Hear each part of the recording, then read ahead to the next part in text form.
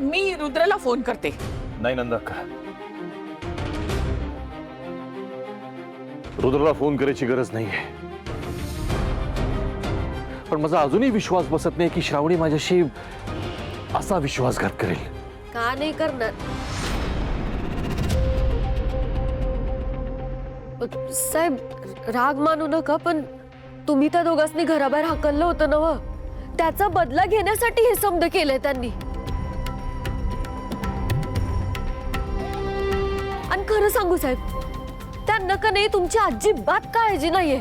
खरं सांगाल हो, एवढंच काय, दोघं डिनरला पण गेले होते.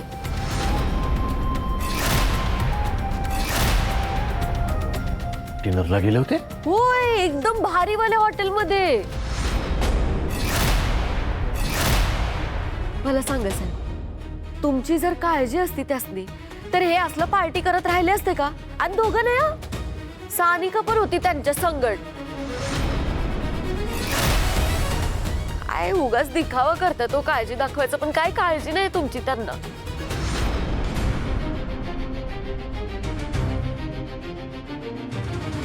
पृथ्वी, गाडी काढ.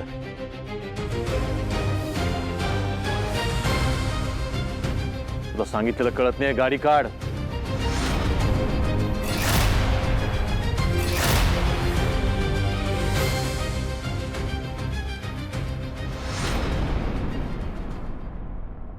काय? अण्णांचा बर्थडे? हळू बोल, हळू बोल. मग काय करायचं आता आपण? आपण त्यांना ना असं काहीतरी भारी गिफ्ट देऊयात, पण काय द्यायचं कळत नाहीये.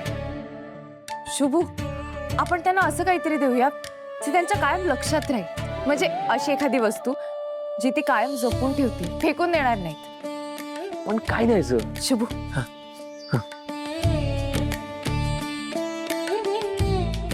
ही भारी आयडिया आहे, असंच करूया. चल.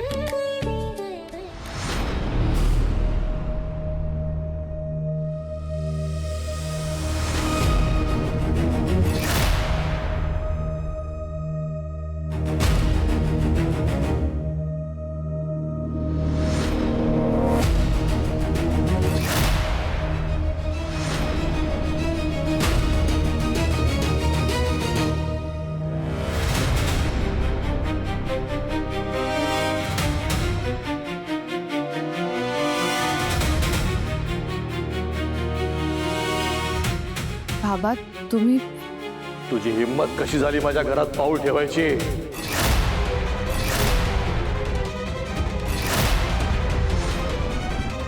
काय विचारते, उत्तर दे.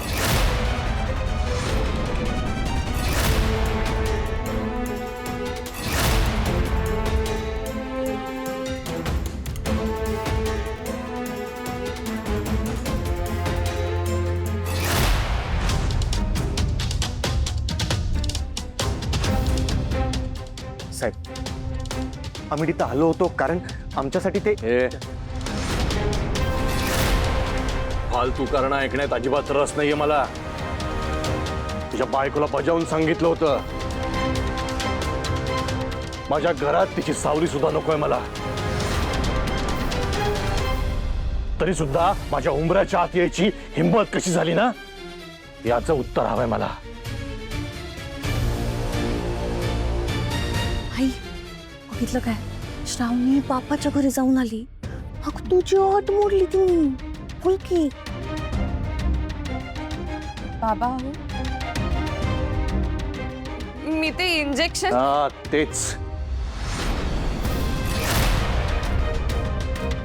जीवावर उठला होतात ना माझ्या.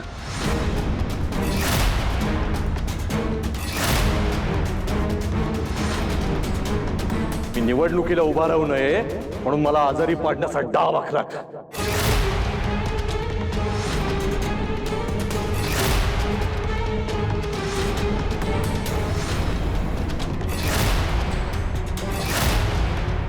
माझ्या नियमित औषधांच्या गोळ्या बदलल्यात. इतका द्वेष भरलाय तुझ्या मनात माझ्या विरुद्ध?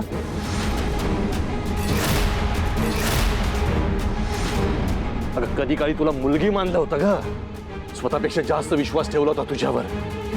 बाबा मी देवा शपथ सांगते, असं नाहीये. तुमचा गैरसमज झालाय.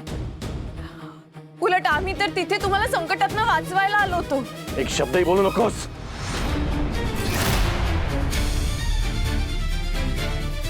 तुझ्या या कारस्थानाची माहिती मला दिली आहे नंदाक्कानी.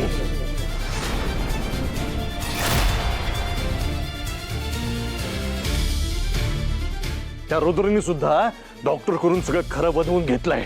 आता तरी माझ्याशी खोटं बोलू नकोस. नाही बाबा, मी अजिबात खोटं बोलत नाहीये, खरंच सांगतेय. अहो खरंच तुमचा गैरसमज झालाय. आम्ही तिथे तुमची तब्येत बिघडवण्यासाठी नव्हतो आलो. आमच्यामुळे तुमचा जीव वाचला बाबा. खरं तर ना सगळा डाव त्या आत्याच आहे. नंदा कसं नाव घेऊ नकोस. लायकी नाहीये तुझी.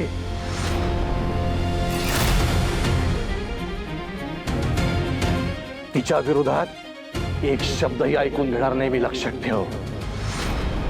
साहेब अहो, ती काय म्हणते ते तरी ऐकून घ्या. श्रावणीच्या जीवात जीव असेपर्यंत तुमच्यावरती संकट नाही येणार ती. तर बोलूच नको रे. सख्या भावापेक्षा जास्त विश्वास तुझ्यावर ठेवला होता.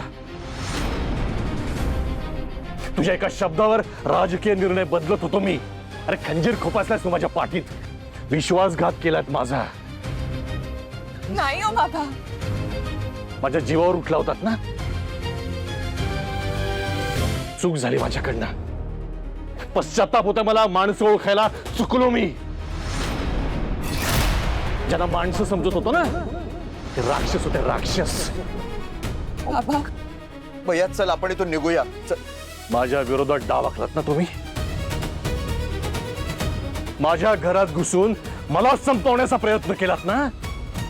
नाही. आता बघा तुमचं हे घर, तुमचे संसार कसे उद्ध्वस्त करतो ते.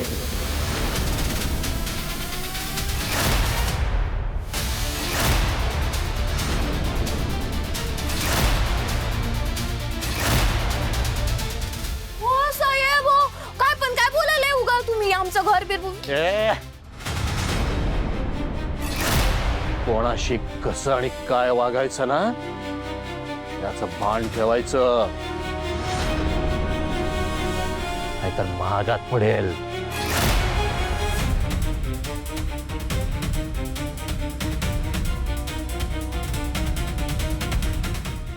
बाबा काका